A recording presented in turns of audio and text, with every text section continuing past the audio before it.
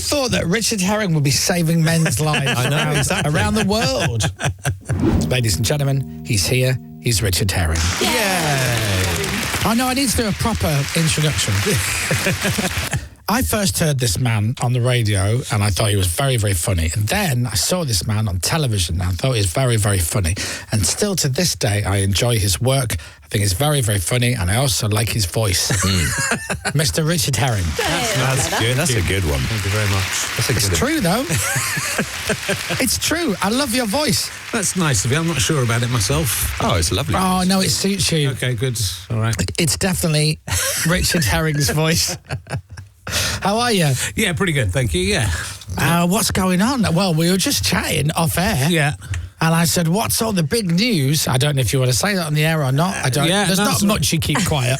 I never said where I lived before, but I've moved a few miles to Hitchin. So I can now walk to a railway station. Yeah. And it makes coming in a little bit easier. Living the dream. This is huge. Good connections. It's good connections, literally. Now, how are the trains? Are they regular and on time? They're every 20 minutes. It was a bit late today, so I came in. I got an earlier one just in case. Look at you.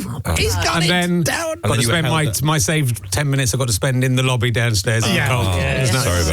Sorry about that. His name wasn't in the system. Oh, damn. I didn't say, do you know who I am? No. Just because I think he didn't know who I was. Oh, I've seen some very, very famous people in this building and people on security or reception going, well, I won't name them, but I saw a very famous person and they went, what name is it? And they gave their name and then I went, sorry, what name is it? Oh, no. And I was like, Tom Cruise. Surely you recognise me. what's going on? You've extended your tour. Yeah, doing it again. It seems like, there was a few places I didn't go to. The first bit of it went really well, so I thought let's go to those places, and I'm going back to a few places that we've done before. But it's sort of, I used to do a new show every year and then leave it. And I watched people like David Baddiel who would do his show for 3 or 4 years and build, and it would just build gradually. And I thought that might be a better way of doing things rather than take the pressure off. Yeah, take the pressure off a little bit. So I think it felt like it went well, and it felt like there was more people to see it. So we'll see if there are more people who want to come and see it. Comedians are funny creatures in the sense of hopefully they're really funny. A lot of comedians will announce a tour and they'll put it out there, and it's called, I remember John Bishop did a tour called Roller Coaster. Yeah. It was called Roller Coaster because he said to one of his kids, what should I call my tour? One of them just went, Roller Coaster. He went, all right, fine. And then Roller Coaster goes on sale and not one joke is written. Yeah. Nothing. Now that must be terrifying. That's ludicrous pressure. Yeah, but that's how I think it wasn't the case with this show, because I kind of, had the story of this show because it's something that happened to me. Yeah. But, it used to be that you'd have to decide you're going to Edinburgh, you'd have to come up with a title, and then the actual having a deadline to get something done and know that people are going to be there judging you on day one is a very good incentive to get to work, and comedians aren't very good at that. So when I was doing an Edinburgh show beginning of August, I'd do most of the writing in June, July. Sometimes in August, sometimes 10 minutes before I walked on stage in August. And in the old days you could use Edinburgh as a way to develop a show, but now you can still do it, but you need to be a lot more organised at the start. So I think it's a good way of doing it, really, because I think otherwise a lot of comedians would just not do anything. And the adrenaline of a deadline type thing. Well, Dom knows. Dom did 5 minutes stand-up himself. I did the Gong Show at the Comedy Store, which is, it's brutal. It's absolutely brutal. And I was very nervous. How did you get gonged off? No, I didn't. I made it through. It is amazing. It is actually amazing. It's very hard to get through. I'm going to sit back and well. So I wasn't expecting to get... I was obviously expecting to get gonged off. Yeah. It didn't happen. Mainly because I picked somebody from the audience who had a card up on stage, so they couldn't show me. It was just waning just a little at the end, wasn't it? It was waning a little bit at the end. Sorry. Everyone's a critic. My fan Pippa Taylor hit. So I got through to the final bit, but then I didn't know what I had to do because I didn't have anything to do. So I mimed the 12-inch remix of Welcome to the Pleasure Dome by Frankie Goes to Hollywood, just danced to it because that's all I had. Yeah. And I wore a wig as well. It suits you. Thank you. There were 3 of them in the final. There was Dominic, another guy, and a very funny woman. And, she was really good. because Dominic genuinely didn't think he was going to make it to the final, he prepared nothing, right? No. So when he got up, he just asked him to play the Frank Goes to Hollywood music again and danced to it without saying a word. And then when the minute was up, he just went, "Thank you very much. I shouldn't win. She should win." Yeah, and she did. She should win. She's funny. really funny. Yeah. And then the other guy kind of screwed up his joke a bit and then went, "Yeah," and he kind of bailed. Yeah, and then that was it. But so if you need support... Yeah. Well, all right. Yeah. We'll give it a go. He's cheap. I'm free. Good. Can you drive? I can drive. Okay, you're in. Yeah. I've got good knowledge on the sat nav. The show, by the way, we did talk about this before, but it's always worth mentioning again, is called Can I Have My Ball Back? It's Richard Herring's extension. Yes. Yeah. And it's about it's a very serious show with no jokes. it's a potentially not potentially, it's a serious subject. It's a serious subject, but it is a funny show. I have to say, I've managed to make it funny. You've turned testicular cancer into a profit. I have. Well, as a comedian, anything that bad happens to you, within reason. Yeah. There's a few things, but actually most of the bad things, most of the comedians who've had really bad things happen to them still manage to make £3 million a year. But yeah, you can sort of, even when it's happening, you're thinking there's a show in this. Yeah. So there's a weird double. When I first went into the GP with this, he said, I don't think it is testicular cancer. And there was a little bit of me that was disappointed because I'd already started preparing for the show. Wow. But then, there was a big part of me that was relieved, but that's just the comedian's brain. And then it turned out I did have it, and then I wasn't thinking, oh great, the show's back on. Yeah. But yeah, I think it's what's interesting about this. Cancer's not funny, but people don't talk about it enough, I don't think. Yeah. Testicles are very, very funny. So it sort of counterbalances as testicles do as well. It is, and so many funny things happen during this. And it's as an old comedian, when you're young, you're very sharp and you're noticing things everywhere. And then you get a bit older and everything gets a bit more the same. So when something really different happens to you, you sort of spot all the funny stuff as you're going along, and every single level, like the CT machine I was in was made by Siemens, which is funny for many reasons, but partly because they make my cooker, so it sort of feels weird to go into. You're thinking I'd rather be in a CT machine made by someone who specialises in just CT machines. But it is also quite appropriate for the particular part of the body that I was being. That's a gift for you. Then, it is. Isn't it? But there was also like a little dent as I went in. It was a pristine machine, but there was a dent on your eyeline above it, and you're just thinking, oh God, what happened to the line? Because they warn you all these things. You go, they're turning us into pies. There's a dent there. And they went, don't worry about it. Please don't ask. We're just behind our safety glass out here. Don't worry. Nothing bad can happen. So, it is funny, but also it makes you consider your mortality. I'm just reading Hanif Qureshi's book, and he just fell over and had spinal injuries and is basically paraplegic, but his brain is fine still. And there's so much positivity that comes out of something so incredibly negative. And also, all the way through this, testicular cancer is the most treatable cancer. Is 99% survival rate. They didn't tell me that for quite a while, though. And so I was still a bit worried. And you're surrounded by people in a much worse position than you. So I think whatever happens, you have a sense of perspective. But it's good to consider your body. As we get a little bit older, Chris. You think I look older? Santa Claus. Hello. It's worth considering that life doesn't go on forever. So it's quite good to have that moment to think, oh my God, this could be it. And how are you now? How is your health? Yeah, good. That's one of the positive things. I got really fit the same year it happened, as I was running half marathons and really focused to get back on. And it sort of slightly dipped a little bit into that. But yeah, I realised, the thing I realised is, I've got young kids, so they were obviously my priority, but the thing I realised is I wasn't ready to die yet, so I've been a lot more healthy and looking after myself. And also, once you've had cancer, they keep checking you for cancer for ages, so you sort of got, if anything, it probably means I'm going to live longer than I would have. Yeah, well, let's hope. Does it change much are you much different from I think before? so. Yeah, I think it's just me. It's sort of not. I mean, you realise what's important, but it's the stuff that you knew. That it's my kids are the most important thing. But that was my first thought.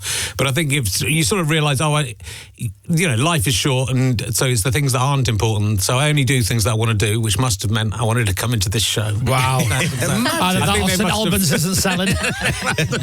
They must have forced me. So I think those things and appreciating. So if, even though I wasn't going to die, it feels like I've been given 4 extra years already. Right. And so when you go through a milestone, I went on a 10-mile bike ride with my daughter a couple of years ago and thought, I might never have experienced this, and you'd have enjoyed it anyway. But just having that extra little bit of enjoy this is special. Yeah, because I was trying to create, at the time when I thought I might be dying, I was trying to create special moments so the kids might remember me, and they all kind of went wrong. Basically. I think they'll remember you.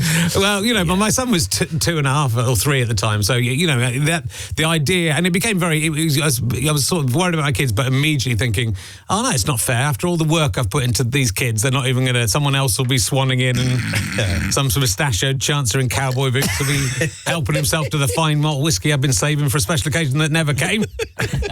So you sort of start thinking about that. So it became very self-pity. My concern became very self-pitying. But I did, I thought I also thought, I want to be, especially for my son, I thought I want to be there to guide him as a man, my daughter as well. But for him not to have me would be, which, so that's a terrible thing to think about, but so I think like having been through that, I want to appreciate the stuff that I've got. Do you think you're a little bit more positive from it, a bit more glasses half full? Yeah, definitely. I think when it was also just apart from one negative, which was you've got 2 of those things for a reason. It's in case you catch one on the brambles when you're running around. So you got 2, so that's fine. But you've lost one, it doesn't matter. And I'm in my mid to late 50s, my late 50s now, so I'm like a space shuttle, and I've the pods have fallen off. I don't need them anymore. But it does sort of lead to looking. The positives came out of it, and also doing this show and being on things like the Bob Mortimer and Paul Whitehouse show. Yes, that was really good. I got loads of emails, and quite a lot of people. So I think 6 so far have got in contact to say they recognise their symptoms and what I was going through, and have been to the doctors, and have had testicular cancer. So the idea that even just talking about it has led to that, but also lots of guys saying, I went to the doctors and it was a Rice Krispie stuck to my scrotum, if I can say scrotum. Let's just say it. Medical term. Wow, look at you. Who'd have thought that Richard Herring would be saving men's lives around the world? So I get to wear them all as a necklace. I think that's like Predator or something. That's good. Well, if you would like to go and see Richard Herring live, I've already put one of the dates in my diary. Which one have you? I'm not saying because I haven't checked yet because I don't know if the tickets are sold out. But I would imagine they're not sold out. Okay. So here we go then. On the 25th of February, just a few days after my birthday, Richard will be playing in Tring, and then Canterbury, Bath, Exeter, Dublin. Do you drink or not drink? I've stopped drinking actually. Right. Yes, I know. Yeah. Well, because I always assume when somebody plays Dublin and has and there's no show the next day, I always think they drink and they know and they go, put a day off after Dublin. Belfast, then Cardiff, a couple of days at the Leicester Square Theatre, which is technically Richard's home. Norwich, Reading, Brighton, Glasgow, Edinburgh, Leeds, Liverpool, Chelmsford, Durham, Newcastle, Lincoln, Leek, Salford, Harrogate, Warwick, Newhampton, Northampton, Stevenage, Salisbury, and Bristol. There you go. Great, thank you very much. You are welcome. It's a lot of gigs. It's a lot of gigs. A lot more gigs to add to the others. You really do. The legendary City Varieties, of course. Yeah, great. I love City Varieties. It's fantastic.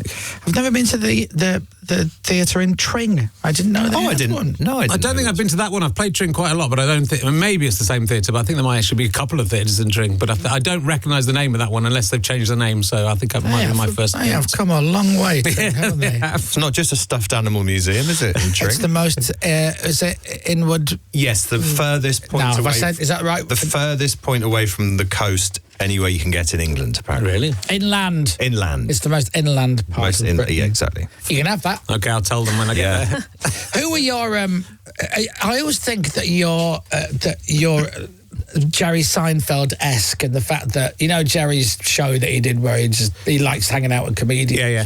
I always think that's you. I always think, like, because essentially you started doing your podcast years ago. Yeah, the Less Square one's been going about 13 or 14 years there. I've been podcasting. It's the same. I got together with my wife 17 years ago, I think, or 17 years ago, and in the same month I started podcasting with Andrew Collins. So that's how I can remember. It's that length of time. But yeah, it was a couple of years before I started doing the Edinburgh chats with comedians. I don't hang out with comedians very much outside of the podcast. So like I don't. Okay. I'm not. You know. We all know each other and we see each other, and it's really. I love catching up with comedians, and I love the fact you can not see someone for 10 years and then you just straight back into it. We're like dogs and recognise each other. I think, you know, despite whatever the breed, we're all kind of got the same mindset. But yeah, it's really nice to, and especially now I'm got kids and live out in the countryside, to come in and have just an hour-long conversation with a couple of people. It's sort of my social life. Yeah, okay, yeah. Nice. So it's nice. Who makes you laugh?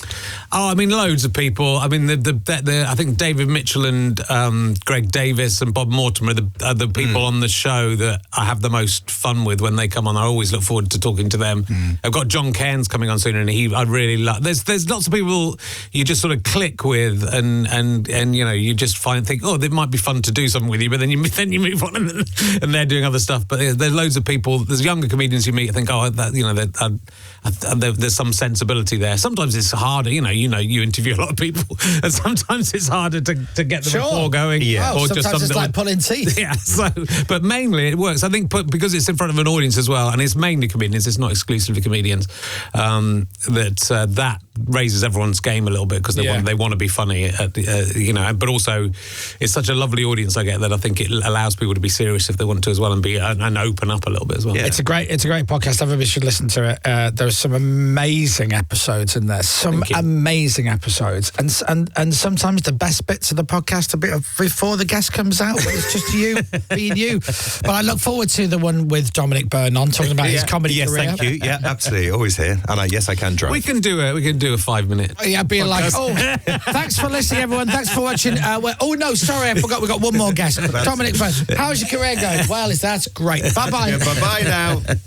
Yeah. It'll be the same length of time as your stand-up at the Comedy Store. But you're going to keep it going, aren't you? I'd like to do it again. It was the most nerve-wracking thing I've ever done. So I have so much respect for anybody who does that for a living. I think, but you see, if you do it for a living, I mean, I've had a couple of months off and I've done a couple of previews, and the minute I'm back on stage, I just feel like it sort of feels sadly like it's me. The real me is on stage. Yes. It feels like an otter going back into the water. And I'm only truly happy. False world. Go to richardherring.com. Tickets are on the sale for the extension of the stand-up tour, Can I Have My Ball Back? He's playing everywhere, all over the UK. So please go to richardherring.com and get your tickets to see Richard live. Thank you. You are more than welcome. Lovely to see you. And lovely to see you. Look to the family. Have a great weekend. Ladies and gentlemen, Mr. Richard Herring. Radio X.